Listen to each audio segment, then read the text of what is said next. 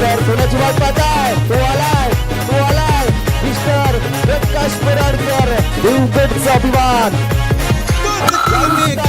सिकंदर कोणी टिकत नाही समोर, किंगमेकर तोच सिकंदर कोणी टिकत नाही समोर. 52 धावांची गरज आहे. यावेळी सुद्धा आक्रमण केलंय. 39 यावेळी सुद्धा बिगिट सिक्सर. 2 बॉल 19 धावांची गरज. रिझल्ट काही भेटू दे, हा वाघ लढतोय आणि गोलंदाजाला उडवतोय.